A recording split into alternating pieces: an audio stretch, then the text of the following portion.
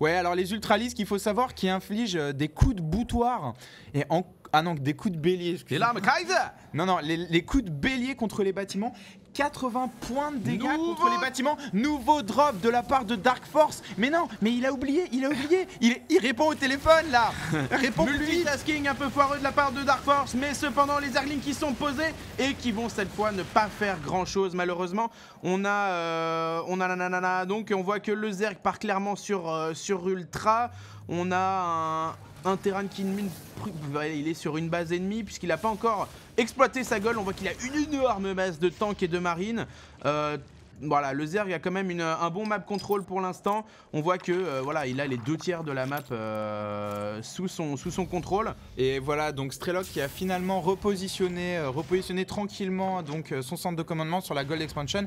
Mais là voilà, tellement d'Ultralisques. Et dans le match-up Zerg versus Terran, les Ultralisques font vraiment la différence. Et là, pour peu qu'ils les accompagnent avec un peu de Zergling, voilà, là Steam qui est lancé sur les marines. Très difficile. Là, ça va être une grosse baston. Attention. Allez, vive les Terran. Les Zerglings qui passent à l'attaque. On a de l'ultra, on a une énorme masse d'ultralisques. On a des torts, on a énormément de tanks en mode siège. On en a 8 plus 5, on en a 13. Ce Fungal Gross sur les marines qui vont donc perdre les 3/4 de leur vie. On a les ultralisques qui rentrent au contact. Les ultralisques qui ont saccagé l'armée du Terran. C'est simple, tous les Zerglings sont morts. Mais voilà, les Ultralisques qui sont arrivés et qui ont fumé vraiment toute la colonne de tanks. Les marines qui ne peuvent pas faire grand chose. Ouais, mais il y a le centre de commandement, la forteresse planétaire. Il peut survivre à cette attaque. Allez. Répare. Tu peux survivre à cette attaque, ça va être très sérieux. Regarde comment ils viennent d'exploser là. Il doit y avoir 10 marines qui ont explosé sur un Ultraliste. Et Strelok qui va réussir à repousser son adversaire. Mais voilà, il vient de gagner un petit peu de sursis sur cette attaque, mais voilà, donc grosse domination économique de la part de Dark Force et au niveau base, là ça se voit à Lincoln, c'est monstrueux, 1420. Il est encore en train de prendre, voilà, il est en train de saturer à nouveau sa Gold Expansion à gauche, donc voilà, tranquillement, il est en train d'asseoir un avantage, et là, je pronostiquerai quand même Dark Force, même s'il est Zerg favori. Stud, que pourrait faire le Terran pour se sortir de cette mélasse? Voilà, là je pense qu'il lui reste plus qu'à s'acheter des bottes. Non. C'est-à-dire? Non, bah là écoutez, voilà, là il est en train de se prendre drop sur drop. Au final, il n'a pas réussi à être réellement offensif contre le Zerg, j'ai l'impression. Contre la compo Ultra Zergling, qu'est-ce que toi tu ferais? Mais il n'y a pas grand chose à faire contre Ultralisque à la base en Terran, il n'y a pas grand chose à faire. Pleurer peut-être? Ouais, bon là il temporise, alors là c'est une bonne affaire, il repousse un drop.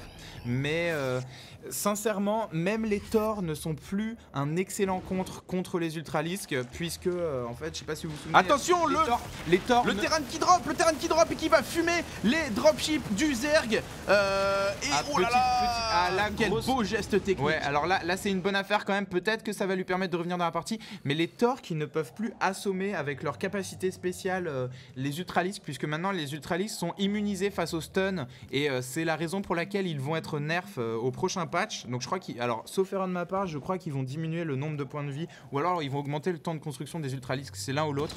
Mais quoi qu'il en soit, il y a peu de choses qu'un Terran puisse faire contre masse Ultralisque, parce que même masse Air, tu vois, les Banshee, Battle Cruiser, ou les Banshees ou les Battle, c'est un Nidus de Nidus, canal de Nidus dans ton slip pour le Terran. Donc on voit un Terran qui est acculé dans sa base et qui va se prendre des drones.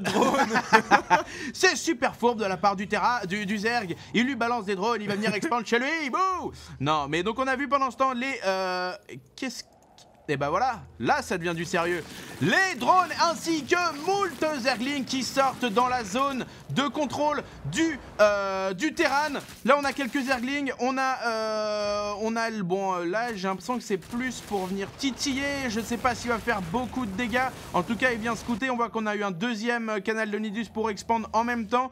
Donc une très belle affaire pour le Zerg puisqu'il maintient le Terran dans sa coquille. Ouais. Et pendant ce temps il expande. Ouais, alors faut savoir que, alors là beaucoup de SCV qui sont tombés quand même, donc une bonne affaire. Faut savoir que en Zerg sur les îles, c'est souvent plus intéressant de pondre un verre de Nidus, puisque à terme ça vous permettra de ramener tous vos drones ou alors de défendre une expand qui se construit. Allez, là faut être réactif Drop de la part du Zerg, drop de la part de Strelok qui va essayer de détruire, mais voilà, vous voyez, il ne se laisse pas faire, il n'y a pas beaucoup de marines là, il détruit le ver de Nidus. Allez, la micro, et le Terran Strelok qui vient à bout des forces de Dark Force et qui va lui permettre de sauver donc cette base, d'empêcher véritablement Dark Force de s'en emparer. Mais voilà, ça reste. Deuxième canal de Nidus, bourré de 2 ultralisques. Là, la couveuse va tomber, mais les 2 ultralisques vont venir saccager la phase des marines. Voilà un petit marine qui s'échappe, bonne chance à toi pour la suite. Pendant ce temps on a un run by des Zerglings dans la main du Terran, des Zerglings qui vont probablement juste venir chasser les SCV. On a donc la gold du Terran qui est encore sauve. Voilà, bon, les SCV vont partir, petit manque de réactivité de la part du Terran sur ce coup là. Les ultralisques qui sont ici et toujours ce ver de Nidus qui est présent dans la zone du Terran. Ouais, et qui a toujours pas été scouté. Alors mais là, Dark Force qui s'empare donc de la B4 potentielle de Strelok. Donc là vraiment il est en train de s'étendre partout sur la map. Ça devient très difficile pour Strelok de rester dans la partie au niveau économique. Les ultralistes qui passent à l'attaque, qui ne font qu'une bouchée des tanks. Il n'y a plus aucune défense. La forteresse planétaire ne sera pas suffisante et les tanks arriveront trop tard pour réparer véritablement, pour sauver cette expand. Et sans cette expand, ça va être qui très tombe. difficile. On a un dropship, donc c'est du marine, mais le marine ça va faire la chair à saucisse pour les ultralistes. Les tanks qui ne sont pas en mode siège, donc qui sont très vulnérables. On a pendant ce temps des Zerglings qui arrivent dans la seule expand du Zer qui mine.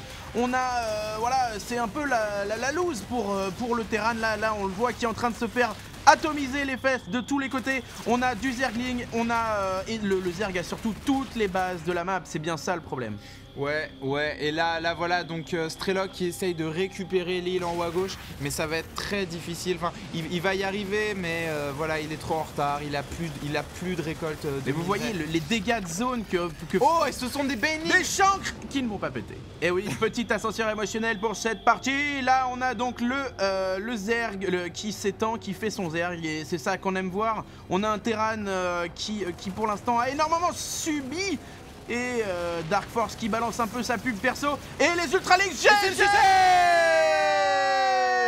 GG de Strelok qui s'incline face à un Zerg qui était manifestement très en forme. Donc on a pu voir toute la macro Zerg à l'action, le pouvoir des Ultralisques et d'ailleurs il était à 200 sur 200 le Zerg. Donc voilà. Ouais, et alors là j'attire juste votre attention sur une petite erreur de la part de Strelok, c'est de mettre ses tanks en mode siège contre les ultralistes. Je sais pas si vous avez vu, à la fin il a mis ses tanks en mode siège. Faut savoir que les ultralistes sont des unités blindées et les tanks ont une grosse cadence de tir quand ils ne sont pas en mode siège et infligent des dégâts bonus aux unités blindées. Donc contre des ultralistes, il vaut mieux avoir des tanks qui ne sont pas en mode siège. Ça c'est très important. En termes de DPS, c'est égal au mode siège, sauf que vous avez de la maniabilité. Vous pouvez les reculer, vous pouvez micro-gérer. Donc, en règle générale, s'il n'y a que des ultralisques, ne pas mettre ces tanks en mode siège. Voilà. Sur ce petit point technique, merci de nous avoir regardés. On espère que vous êtes amusés autant que nous. À très bientôt. À plus.